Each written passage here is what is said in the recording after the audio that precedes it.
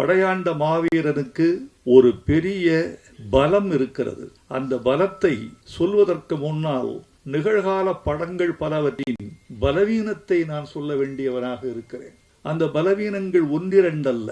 நம்மிடையே மிகப்பெரிய நடிகர்கள் இருக்கிறார்கள், மிகப்பெரிய தயாரிப்பாளர்கள் இருந்தார்கள், இன்னும் இருக்கிறார்கள், மிகப்பெரிய ஒளிப்பதிவாளர்கள் இருக்கிறார்கள், மிகப்பெரிய தொழில்நுட்ப வல்லுநர்கள் இருக்கிறார்கள். ஆசியாவின் சிறந்த திரையரங்குகள் தமிழ்நாட்டில் இருக்கின்றன. இவ்வளவு இருந்தும் படங்கள் 200 படங்களில் ஏன் 10 படங்கள் மட்டுமே ஓடுகின்றன, 190 படங்கள் ஏன் பின்வாங்குகின்றன என்பதை சற்றே யோசித்து பார்த்தால், இவர்கள் வாழ்க்கையை பார்த்து சினிமா எடுக்காமல் படங்களை பார்த்து பல பேர் சினிமா எடுக்கிறார்கள்.